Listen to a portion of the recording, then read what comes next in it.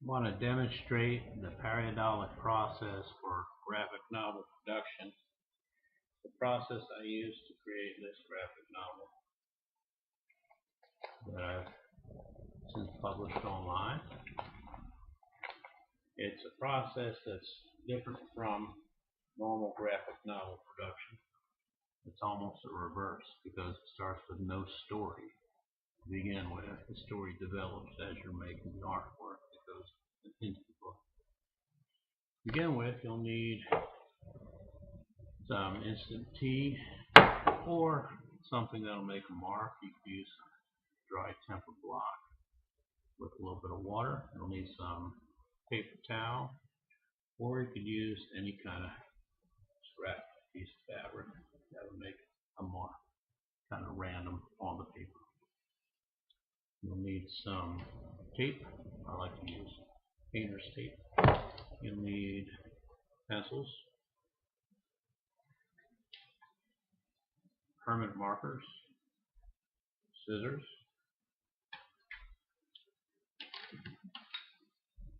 To start the process, you need to make some random marks on some paper. Do that. If you take a paper towel that's got some powdered tea with water, not much water. You want the powdered tea to be pretty dark enough to make a mark. Just take your paper towel or your fabric, put a bit on there, kind of go across the paper a few times, just kind of randomly going across. You can even drag a little bit in some areas to create some lines. What you want are random marks that are unpredicted. Set them off to dry. I'll be doing 2 or 3 pieces of paper. I won't need all 3 of them, but I'll have different papers to choose from. So I've got some interesting random marks on it. Set that to dry. And I'll do one more. This time I'll take that temper block. It's a dry temper block, but if you have water on the paper towel, you go across it a few times. You end up with some of that color on the paper towel. I kind of like blue in with my color because blue is a very common color to look at. You don't want to overdo your paper. If you put too much texture on it, too much random marks on it, it gets kind of confusing. I'll do one more with this blue and brown mix, kind of loose. And it gets across the page a little bit. And then set that aside. I'm all done with that for now. Wash your hands if you need to. Set that so it doesn't spill anywhere. And now I take these that are drying and I get ready to cut them into panels that are based on a comic book format of 10 by 15 inch. This would be a shrink down of 10 by 15 inch, shrunken down with a scale sizing wheel, I call it. And this will go taped down onto a page of copy paper. Make sure it's smaller than the copy paper because copiers won't copy the entire page when you're making a copy. Tape that down into the middle of the paper. Got some painter's tape loops already rolled into loops. And you don't have to be too precise with this,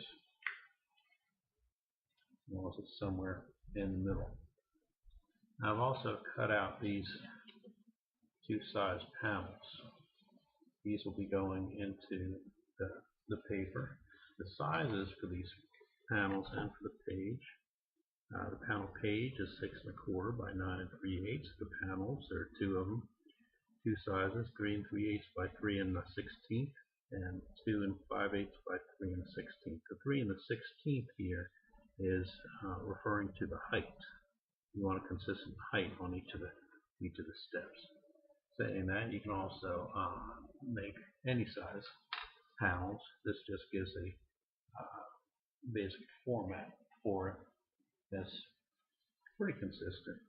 I take these panels and I'll need three of each of these sizes.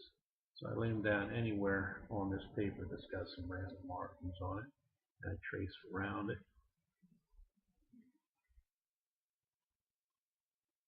3 times. 1, 2. Of course, I'm tracing where there's some marks, because that's what I'll be looking at using the pareidolic process to find images. 2.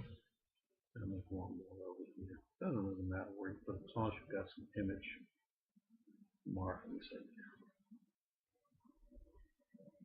Those are 3 panels of that size, and I'll set that off to the side.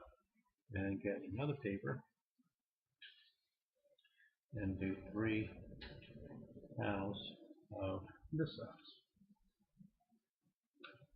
So I just trace around it. 1,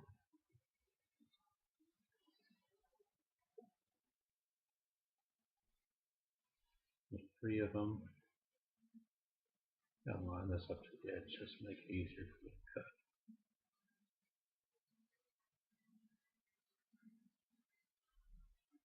And one more right here. And again, it doesn't matter where you put it on the paper as long as you've got them marked to cut. Now I'm done with 3 of these and 3 of those. I put those off to the side, use them later, and I cut out these. These are the panels that I'll be using for my graphic novel pages. Now, where I've got my pencil lines, I'm cutting just inside the pencil lines. You don't have to be super precise with this.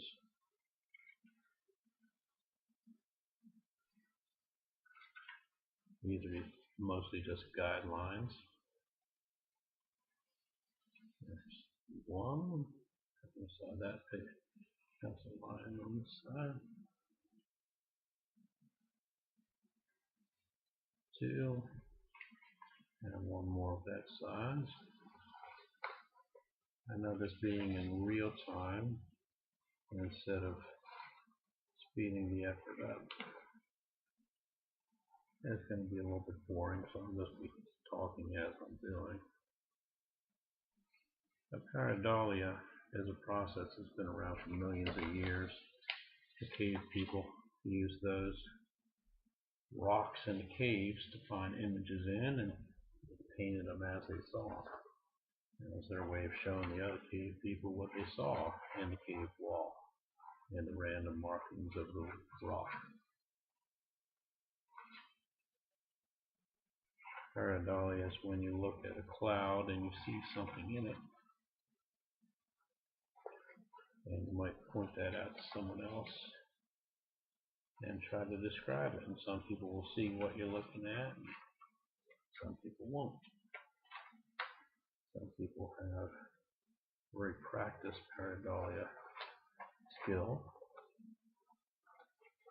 and some people could exercise it a little more. When I first realized I was using pareidolia, I was sitting in a church looking at the wood grain in the pew in front of me. I was kind of bored. I didn't know what the person up front was talking about anyway, because they were speaking in Latin. But I would stare at the wood grain and see all sorts of images in it. Alright, now I've got 3 of those panels and 3 of the other size panels. Now what I want to do is tape them down onto the page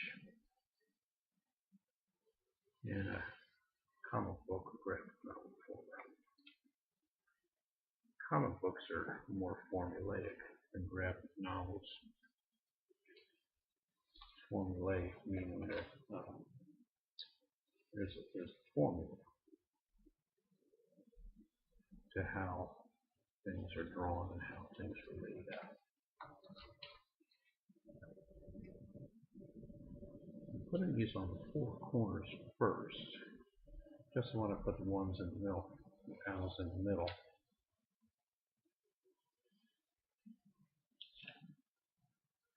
I'll have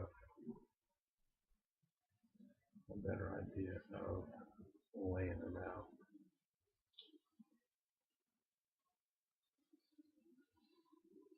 There's a little bit of a gap in between.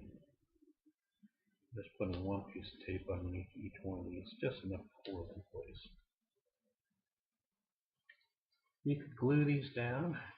The advantage of taping them down is you can use them over and over on other pages, mix and match, and end up with a whole different set of images.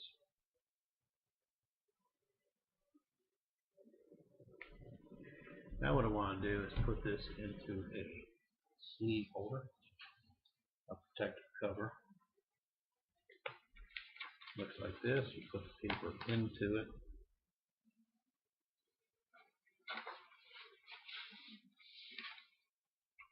And it should be clear enough that you can see through it to see the random markings that are in the panels. Now the next step is to look and draw. To look and draw, I get a panel. Doesn't have to be a clear plexiglass panel like this, but I like the clear plexiglass panel for the last step to allow the light to come through. But for now, it could be a wood board or a clipboard. Now what you do is you look at it. I'm going to adjust this camera so you can see it a little clearer, seeing the random markings that are in each of the panels. And as you're looking at it, you're trying to find pictures in it. And as you find pictures in it, you get a permanent marker, and you start to draw them as you see them. So I'm going to try to draw these images as I see them. And if you want to see what you see, I'm going to try to get this camera to take enough of a picture that you can pause it and then see if you can see what I'm seeing in the panels as I'm drawing it. It's going to be hard for you to see as I'm drawing it because sometimes the glare is going to take away some of the detail of the random markings. I'm going to do this as quickly as possible, so it's not going to come out as neatly or precise as I would like. I take and just draw around corners of each panel, just in case it gets unaligned. I can line it back up. And these are more of a guideline. If you like to have straight lines on your panels, that's fine. I just make my lines kind of organic versus formulaic. Formulaic is like the Egyptians had a formula for how to draw the proportions of a body, just like modern comic book artists have a formula that they follow for the proportions of superheroes and regular people.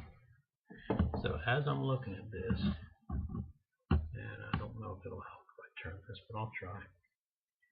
As I'm looking at this, I look for eyes and noses and things first. And see this really strong line coming across, and I see a nose in his face right here. There's a nose, and come across the eyes. That looks like a wide open mouth, like a dog or a wolf. Actually, that looks kind of like an ear right there. That could be an ear in the back too.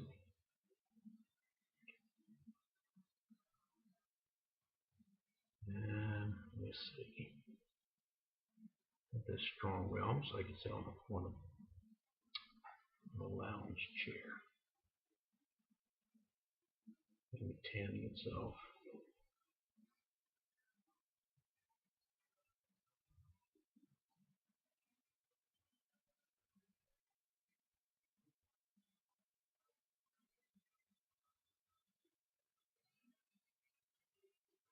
Let's put the legs down there. A chair, and person or animal's legs right there. And there's some other things going on in the background over here.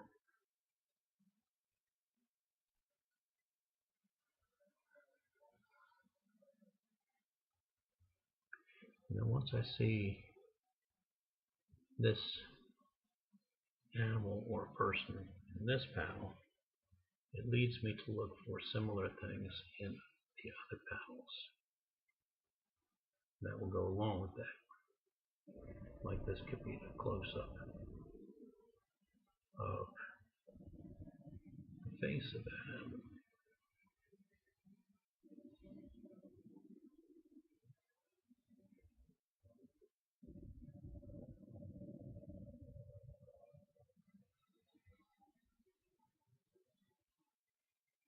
Somebody else in the background here. And whatever else is going on here. And then this next panel up here, I'm starting to see another nose and ears and eyes that come across, and that may have a relation with the rest of the panels. Then when I'm all done with this, I take the paper out and put this clear sheet as is onto a copy machine, just like I see it, and it'll turn out backwards from the way I saw it and drew it, which allows me to put it backwards onto a clear panel and see the images that I found and clean them up with my pencil and marker, and then color them in. And then I take the same panel and put it into another sleeve upside down. So where we saw the animal person laying on Shay's lounge here, I turn the page upside down and start to find other images.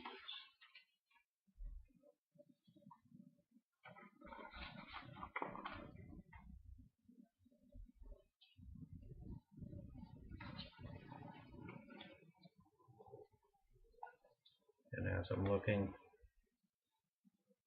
through here and finding other images, I've gotten 2 pages out of the one set of panels on that panel page. Once I get up to about 50 of these pages, I start to organize them into what might be a story. And then I put them in a binder and start to determine what the story is going to be about. And then after I determine what the story is going to be about, I add the narration and the spoken parts of the story. And that's the pareidolic process for developing a graphic novel. I hope that inspires other people to start working on their own graphic novels using the pareidolic process. You don't need a story to start off with. All you have to do is start finding images and then putting them together